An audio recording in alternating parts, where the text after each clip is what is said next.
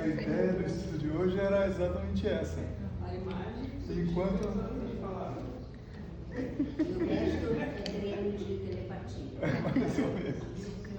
E como a gente já se expôs a isso daí, enquanto havia a prece inicial, enquanto havia o estudo, então, na verdade, a síntese do estudo nosso de hoje foi o que nós acabamos de fazer. Nós ficamos expostos a uma obra de arte.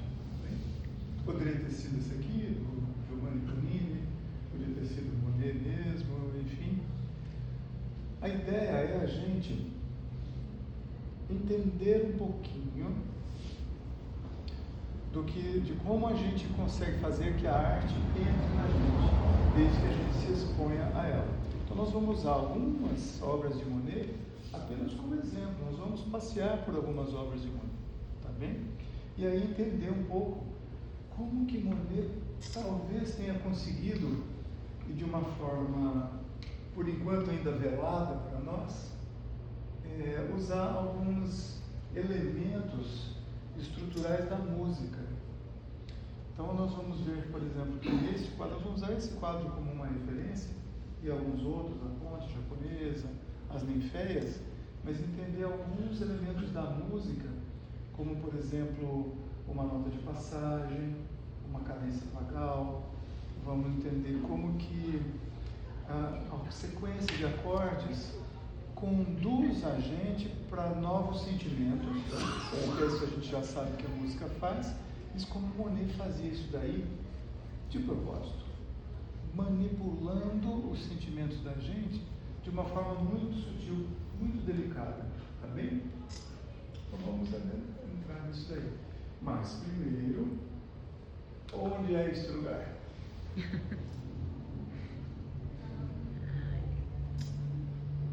Moleza? Prefeitura de Paris. Quase.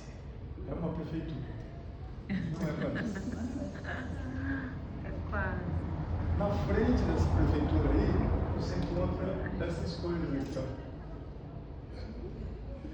Ajudou muito. Ajudou. Depois que você estiver bonito. na frente disso, Agora que eu vi. agora que você viu, olha lá. Aí, vou dar uma dica. É na mesma cidade, fica perto desse lugar. Mozart se casou aí, tá? Que ela é prefeita de Viena, você tem a igreja de Santo Estevão, Stefano. E na frente da prefeitura de Viena você encontra essas coisas. Esse foi o que eu comi. É o melhor chocolate do sistema solar. Não tem nada comparado a essas ferramentas que são muito interessantes. Eu vou voltar para vocês terem uma ideia. Olha só, tem tudo, gente. Uai, aquele grande só custou R$3,80, eu estava olhando para ele. Isso é barato. Muitíssimo. E é o melhor chocolate de todos os tempos. Ele não para de falar. É óbvio que eu fui atrás para saber o fabricante, né? Agora eu vou ver se dá um jeito de arrumar isso aí de novo. Você saiu com a maleta de Esse martelo, esse maço de cinzel aí, esse é o problema é que eu comi isso daí em minutos, né? Muito bem, então vamos lá. Fazendo só uma retrospectiva muito rápida de tudo que a gente já viu até aqui, só que especificamente. O que a gente vê, lembra-se que a glândula pineal, essas imagens anatômicas aqui de computador são horrorosas, né? Mas o que entra por aqui, retina de estar aqui em cima. Então o estímulo luminoso que vai chegar pelas nossas retinas, tá? Vai estimular os nossos cones e bastonetes. As cores vão estimular os nossos cones de uma forma muito específica. Aqui é um quadro de Monet, e através de uma via chamada trato retinotalâmico, que liga a retina ao tálamo, dali para o hipotálamo e depois subimos para a glândula pineal. Então, os estímulos visuais sensibilizam a nossa glândula pineal. Então, se eu estou enxergando uma cor rosa, um trem mostarda, um azul, isso daí está chegando, essa informação está chegando para a minha glândula pineal. Assim como o som percorre aquelas 3 vias que a gente já estudou lá atrás. O ouvido humano propriamente dito, os ossos do crânio, os ossos aerados e a pele. Tá? Então, toda a luz que chega estimula a pineal? Sim. Então, se a gente se expõe à luz de diferentes formas, a gente está gerando padrões que estão estimulando a glândula pineal. E nós já sabemos que ela é sensível a estímulos magnéticos externos, já estudamos como que ela se conecta com o plano sutil, o plano imaterial. Monet foi um pouco mais além. Por que nós vamos usar quadros dele? Nós podemos encontrar esses elementos em vários quadros, em muitos pintores. Nós vamos falar um pouquinho de arte plástica da pintura propriamente dita. Mas Monet enxergou um pouco a mais. E olha que no fim da vida ele teve uma catarata violenta.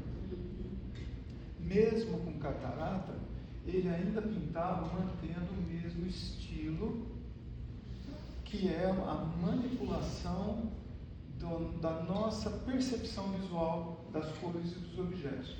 Se eu voltar naquela imagem, se eu voltar nessa imagem aqui, qual é o objeto principal dessa pintura? Sem medo de errar. O rio. O par. Não sei. O O sol. pôr do sol. O sol. O sol. O reflexo do sol. O reflexo do sol na água. Não tem um objeto que a gente consiga determinar. Monet escreveu uma frase que a gente tem na pastinha nossa lá aqui. Ele diz o seguinte: muitos tentam compreender a minha arte quando na verdade o necessário seria apenas amá-la. Porque a compreensão ela é individual, ok? Mas eu tenho maneiras de conduzir a pessoa que está exposta àquele quadro, àquela arte, a determinados sentimentos. Tá? Se eu estiver assistindo esse pôr do sol, que tipo de sentimento eu poderia ter ao ver isso daí? O que vocês sentem quando veem essa imagem? Melancolia? O que mais? Recolhimento. Recolhimento? Eu posso pensar em poluição? Eu posso pensar que alguém está voltando para casa? Eu posso pensar em olha, aqui eu tenho barco à vela e aqui eu tenho um atracadouro já com guindastes, 1872. Eu posso pensar nesse contraste entre modernidade. Eu vou ter muitos elementos. Isso é individual.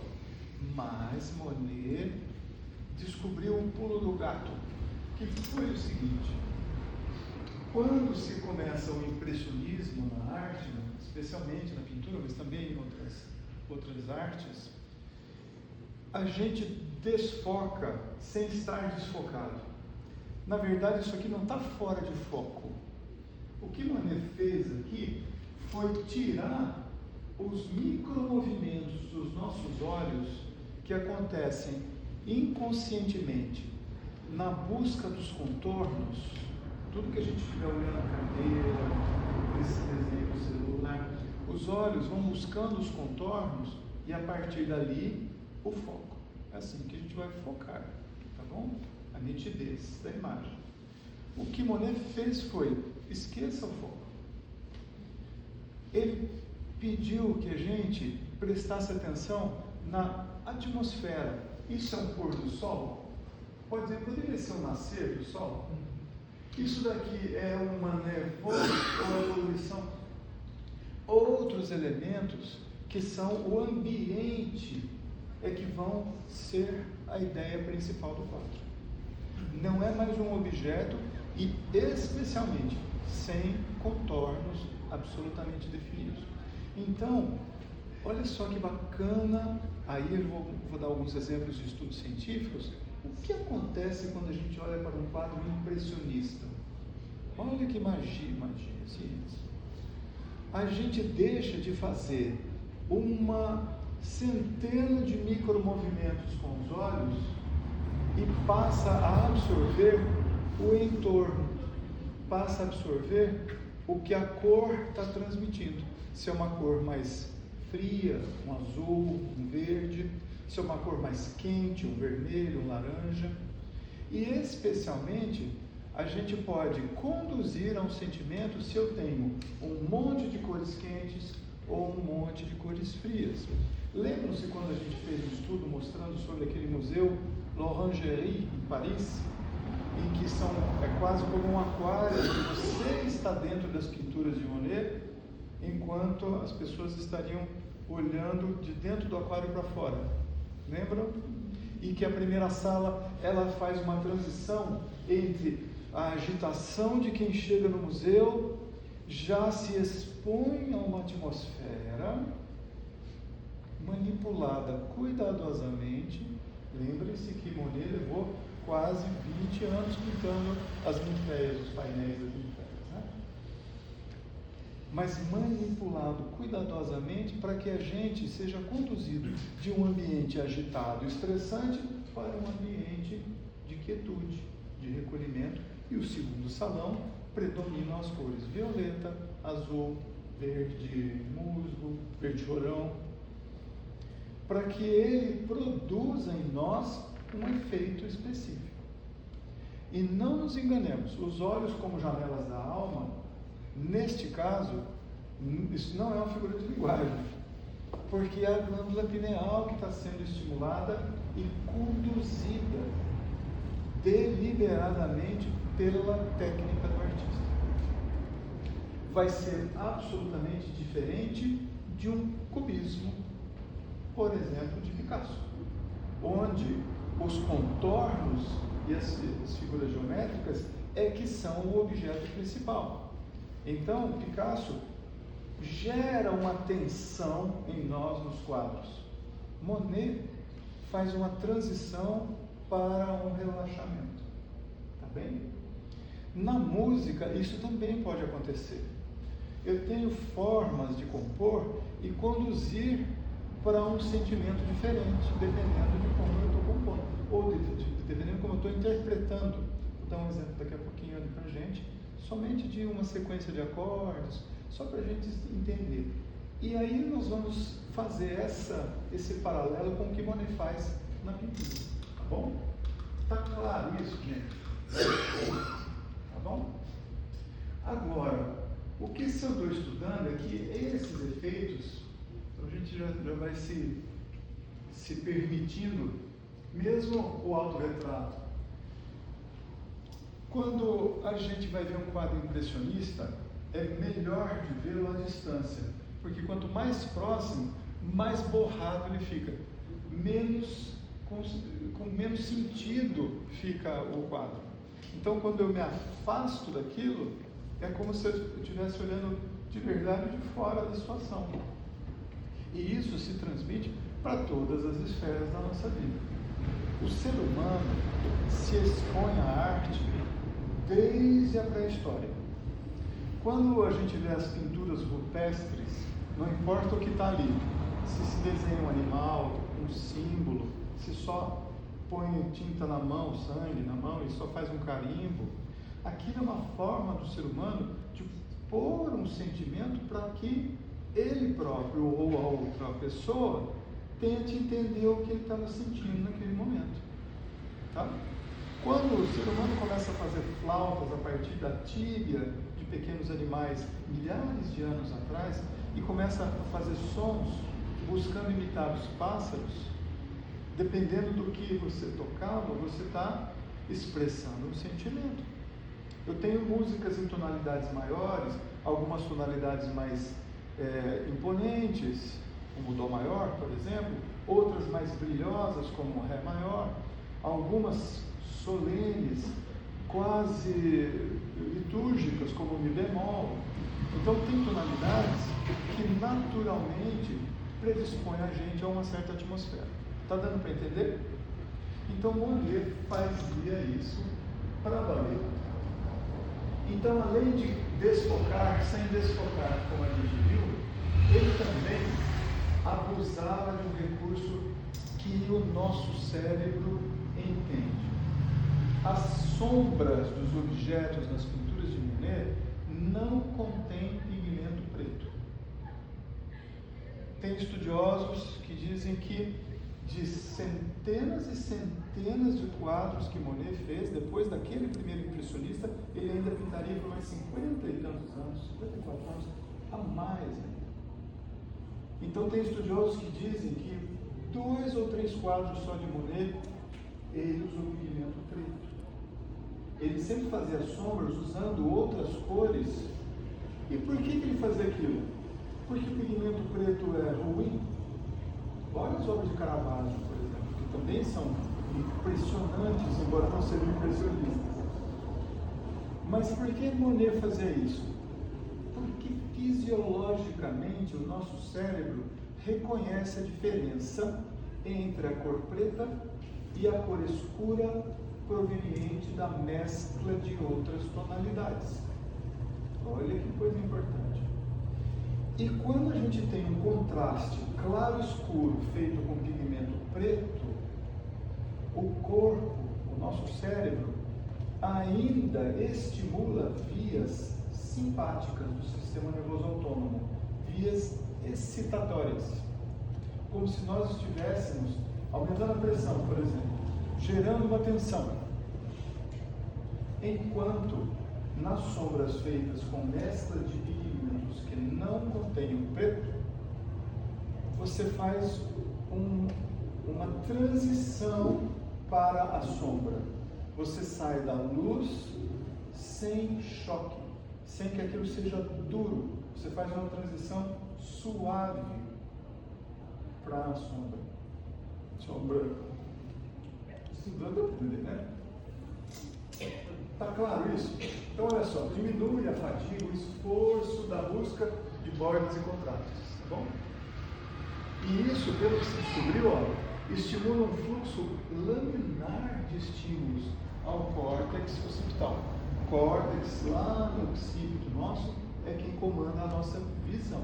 É quem recebe os estímulos luminosos, não fica aqui na frente do cérebro, fica lá atrás, tá bom? Olha que bacana. E olha que Monet não usava só paletas suaves, mais frias, mais recolhidas, não. Olha a camiseta da série aqui, ó. Você está na pintura de Monet. Então, olha só. Essa transição suave da luz para a sombra sem pigmento preto causa uma coisa muito interessante. Olha, sugere ao cérebro maior variação de informações sobre o mesmo campo visual. E altera, se pode alterar aqui, eu escrevi até errado, porque depois eu vi outros estudos, altera a percepção da cor. Então isso faz com que a cor rosa que você enxerga vai ser diferente da cor rosa que ela enxerga, mesmo sendo o mesmo pigmento. Ah, mas isso é uma questão de interpretação do cérebro. Sim, correto. Mas um dos caminhos pelos quais o cérebro interpreta individualmente, cada um à sua forma, é esse mecanismo, gerando alteração. Van Gogh também fazia isso de uma outra forma. Van Gogh usava pinceladas ou espatuladas grossas de tinta, camadas grossas de tinta. E essas camadas grossas, dependendo da posição que você está vendo o quadro, de frente, meio de ladinho, do outro lado, um pouco mais de cima, você vai alterar totalmente o quadro, porque você vai gerando sombras, mais sombras em que a luz não gera um pigmento preto. Van Gogh tinha outro, então nós vamos bater um papo sobre ele, gera uma outra forma de manipulação. Agora, vocês acham que eles faziam isso de forma consciente? Ninguém sabia sobre os cones e bastonetes da retina, ninguém sabia sobre o nervo óptico, ninguém sabia sobre o córtex, de nada dessas coisas naquela época, tá? Então esses caras tinham uma inspiração e um monte de conhecimento. Exemplos, tem vários, vou colocar vários aqui. Existe hoje uma área até do conhecimento humano dedicada ao que se chama de neuroestética. Por que neuroestética? Porque aquilo que parece estético e bonito para você pode ser diferente para o outro, mas quem decide isso daí? É o seu cérebro. Tá? Por isso que, como é que é? O bonito ao feio lhe parece? Quem ama o feio, bonito lhe parece. O que é? Quem ama o feio, bonito lhe parece. Quem ama o feio, bonito lhe parece, porque é bonito mesmo. Tá? Vou fazer uma heresia agora. Vocês gostam das músicas de Chopin? É bonito Chopin? Beethoven é legal. Funk é legal. Por que não? Continua.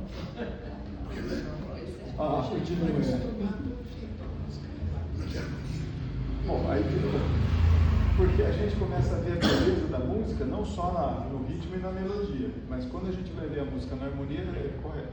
Eu também acho que vai ficar feio. Mas se a gente pegar só a melodia e pegar uma melodia, uma música melodiosa e meladiosa, uma música melada que, meu Deus, que coisa breve, é triste, mas tem gente que aquilo é lindíssimo. O cérebro vai reconhecer padrões estéticos, então por isso essa nova área do conhecimento se chama neuroestética. E existem formas de você pegar um trem feio e dar uma mexidinha naquilo e você transforma aquela situação. Monet fez isso. Eu podia pegar aquele primeiro quadro, que era um pôr do sol, num porto, com poluição, e ele transformou aquilo numa coisa muito incrível. Está claro? Deu para entender? E deu para entender porque é importante que a gente se exponha à arte, tá? E é interessante que a gente se exponha a várias formas de arte. No caso visual aqui, há vários artistas diferentes, tá? Então, outro tipo de estudo, olha, isso aqui é muito interessante de Wilms aqui, ó. A cor vermelha, ou matiz vermelho puxado por laranja, aumenta a frequência cardíaca. Se a gente pegar, é óbvio que os estudos científicos não são feitos com quadro de Monet. Eles pegam uma luz intensa, saturada daquela matiz, do timbre, e expõe a pessoa e depois vai vendo os parâmetros biológicos, o que acontece, tá bom? E muda até a condutância da pele, olha que coisa assim, tá vendo? Então são muito semelhantes. Olha lá, esse daqui é o Cor e Emoções, esse é um dos estudos mais interessantes, porque eles estudaram a saturação das cores.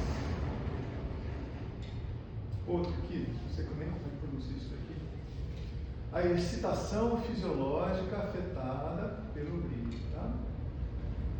E vai, por aí vai. Outro estudo muito interessante que fez isso. Exposição a quadros através de atividades em museu. Esses estudos mostraram que pessoas da terceira idade, que coisa esquisita, mas pessoas, o público estudado foi público acima de 60 anos. O que eles estudaram é que a exposição diária a quadros, especialmente quadros com tonalidades frias, diminui a flutuação do batimento cardíaco, não é que diminui a frequência cardíaca.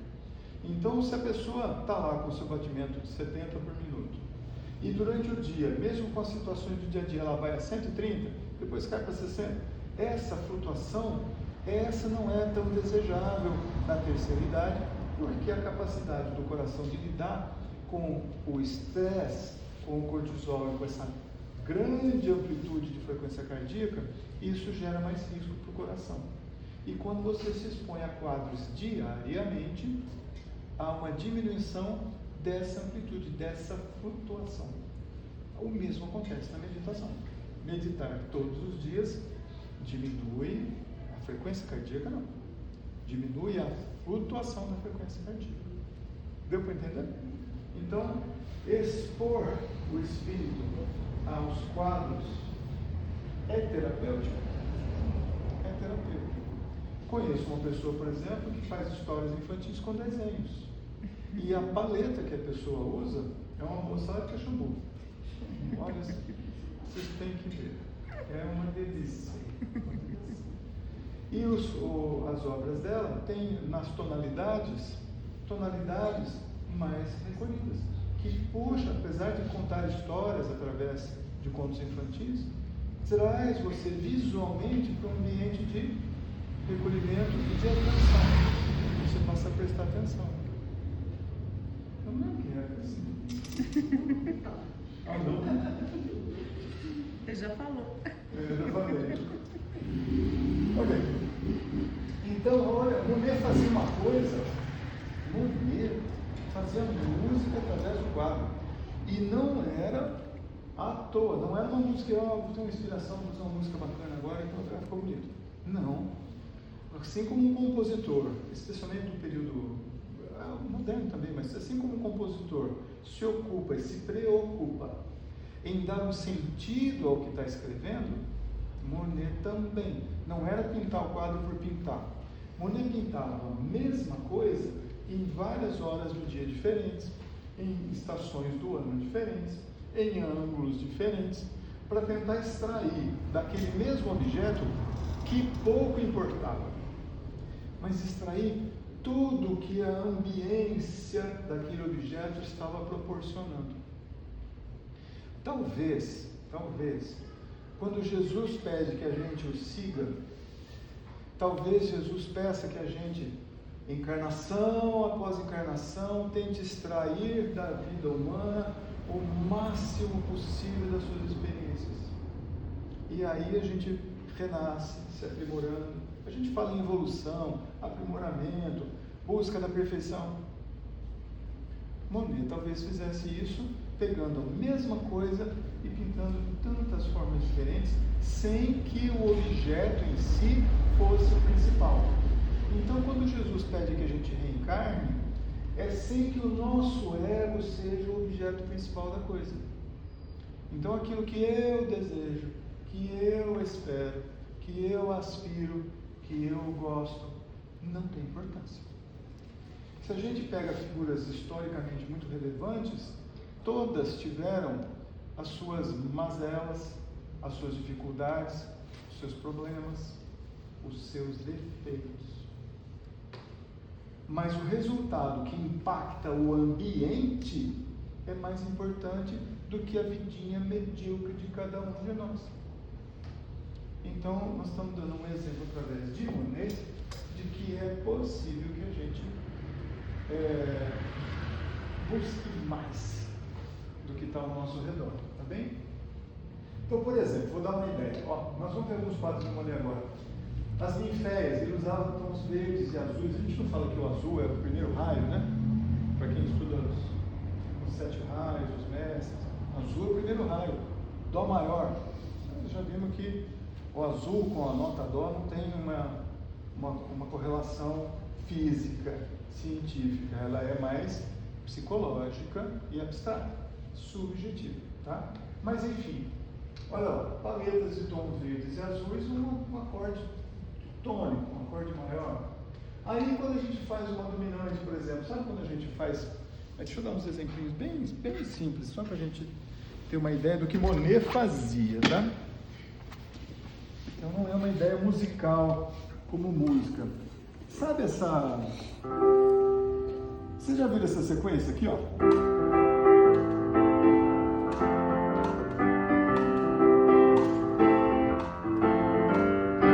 Isso já ouviu em 500 mil músicas, tá? Tudo quadradinho, tá? Essa teoria dos 4 acordes aqui. Tá bom, mas quando eu chego nesse penúltimo, nesse último aqui, ó, eu tenho que resolver essa história aqui, ó. Eu comecei no tom de Dó maior lá.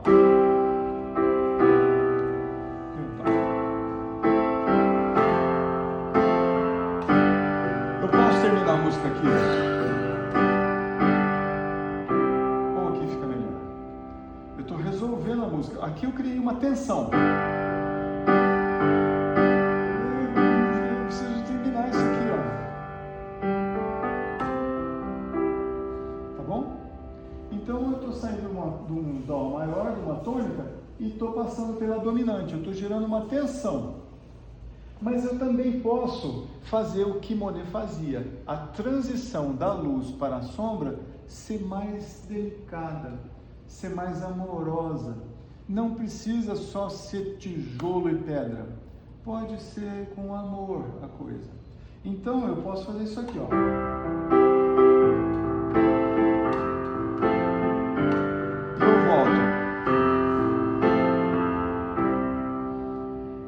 transição. Eu estou resolvendo de novo, tá? Isso é a cadência plagal. Que sabe quando a gente costuma terminar uma música no Amém?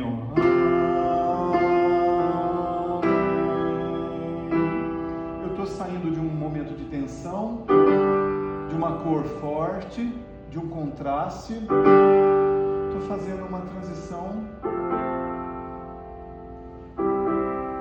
até resolver a música. E Monet fazia isso então com a paleta de cor. A transição de Monet entre cores quentes e cores frias não é com contornos, mas é com passagem. Como uma nota de passagem, por exemplo. Olha só, eu podia fazer isso aqui, ó. Mas eu posso fazer isso aqui também, ó.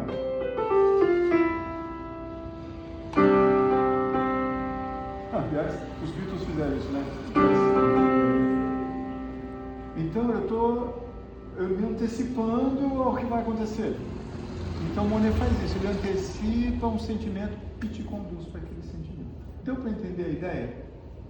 Então, nós vamos passar por alguns quadros de Monet e tentar perceber esses elementos e nos permitir estar expostos. Lembre-se, os olhos, janelas da alma, já discutimos sobre isso cientificamente. Então, nós estamos agora deixando que o nosso espírito, através da glândula pineal, esteja exposto aos quadros de Monet. Por que a gente precisa ver um quadro de Monet de longe, não encostado? Porque quando a gente vai se aproximando do quadro, olha só que coisa mais interessante, como vai perdendo o sentido. Aqueles dois homens no barco vão perdendo o sentido, tá? Se eu estiver olhando só para isso daqui, sem ter visto aquele contexto anterior, eu não ia saber o que é isso. É um borrão. Tá? É um borrão. Então, e olha só que interessante. Monet, usando os tons fortes daquele sol lá no poente, mas com pequenas pinceladas claras, ele vai gerando reflexos, ele vai gerando uma transição. E voltando um quadro aqui, ele faz uma transição usando as cores, os tons mais escuros de azul com cinza, antes de entrar na cor normal da água. Para que a gente se acostume, sem que a gente se esforce para buscar os contrastes, sem que a vista fique cansada. Poucos meses atrás teve uma exposição em São Paulo, no MASP, que se chamava A Ecologia de Monet. Quando tiver alguma coisa assim de novo, olha, perca tempo e vá até lá. Eram 30 e poucas obras. Ganhe tempo. Hã? Ganhe tempo. Ganhe tempo, exatamente. Perca o estresse. Ganhe tempo de vida. Ganhe tempo de vida. Porque se você pode entrar na exposição, eram 30 e poucas obras de Monet, você pode entrar lá, fazer as fotografias e sair. Fui na exposição de Monet. E posta lá que você foi na exposição de Monet. Mas você pode ir lá e fique em frente a cada um dos quadros um pouco mais de tempo. Deixa o seu espírito enxergar a obra. Porque senão nós estamos usando só uma parte do cérebro, que é a tentativa de compreender. Ah, Monet, bacana. Não está entendendo nada do que está vendo ali. Já que não está entendendo, deixa o espírito compreender. Porque ele vai usar recursos subconscientes, como esses que a gente viu, tá bom? Olha as ninféias, e aqui um pouco das folhas dos chorões, né? Do lago, lá na casa de Monet, em Giverny, na França. E aqui, olha que coisa curiosa, isso aí é como é uma fotografia agora, tá? De novo, olha, outras ninféias, e como é na vida real. Parece? Parece. Tá? Essa foto aqui foi tirada às 10h11 da manhã. Então, eu posso dizer que Monet pintou esse quadro de manhã? Uhum. Então, se eu começo a analisar, eu vou saber até detalhes. Monet pintou esse quadro aqui de manhã. Por quê? A foto que eu fiz foi idêntica, foi por volta desse horário. Olha lá. aqui estava faltando limpar o lago, né? Chorões. Nos arredores. O lago fica para cá, tem uma série de chorões. Chorões. Esses são os chorões que Monet pintou. São os mesmos? São os mesmos. Tá? A ponte japonesa, aquela lá. Ali atrás. E Monet pintou dezenas e dezenas de vezes a ponte japonesa. E é assim que ela se parece ao natural, no inverno, no comecinho da primavera, 1º de abril. Mas é Glicínia. Não tinha Glicínia, né?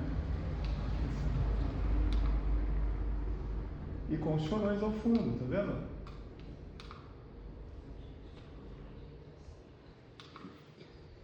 Aí tem. E para a gente não dizer que ele só fazia a ponte japonesa com tonalidades mais frias, aí bem quente.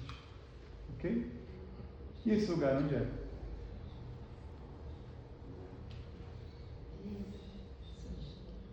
Onde é? Beleza? Quem falou Veneza? Ótimo. Onde? Piazza de São Marco, Não. a torre. Não. Essa é uma igreja. Parece uma igreja. Essa é a igreja de São Jorge Maior. É uma ilhazinha. Só tem a igreja e tem uma outra parte aqui da.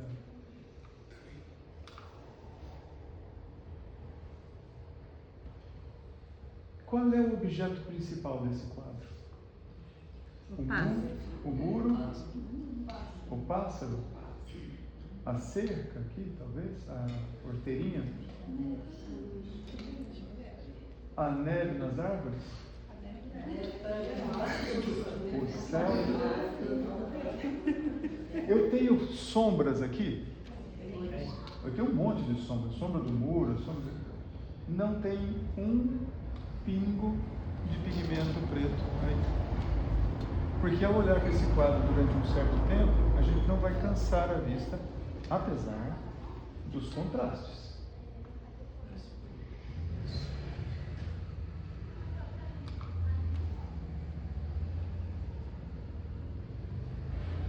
Olha só, isso aqui não é preto, não é preto.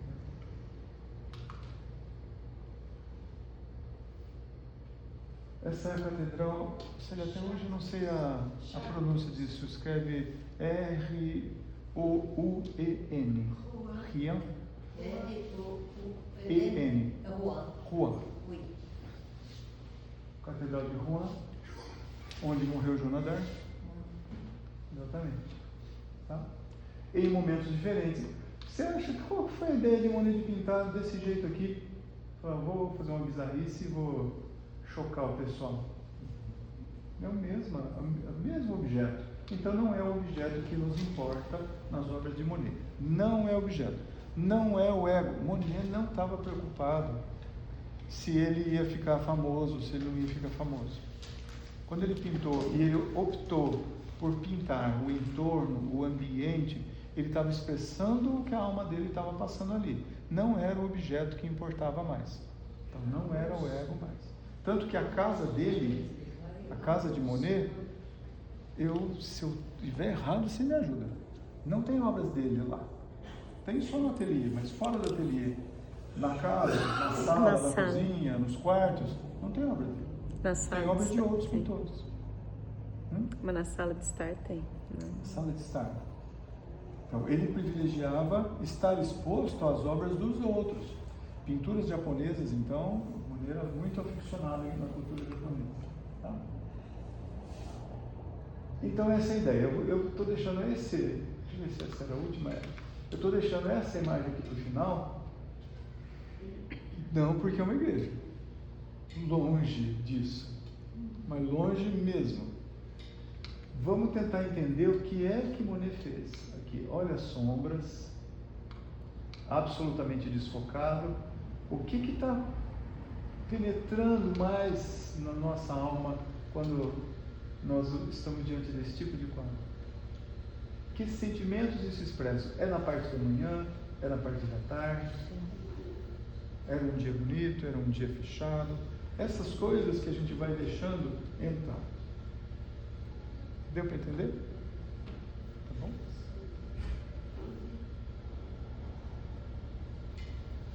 Então, essa que foi a ideia. Lembre-se, quando estiver olhando para um quadro daqui para frente, como que e o que o autor quis fazer com você ao olhar aquele quadro? Para onde ele te conduziu? O estilo, a técnica, o diálogo que o autor está tendo com a gente. Tá? Não basta você ver um quadro de um autor para você entender um pouco do que ele está expressando. É óbvio. Tá bom? Então, é assim que a nossa pineal se estimula com aspectos subconscientes das cores, dos contrastes, dos pigmentos. E a partir de agora, quando a gente estiver vendo um quadro de novo, pode ser, por exemplo, quando a gente espera aqui, ao olhar para aquela fonte japonesa ali, a gente já tem uma ideia do que aquilo está produzindo. Tá bom? Vamos nos preparar então para a segunda parte do trabalho. Quem quiser receber o passe, quem vai ficar orientando aqui?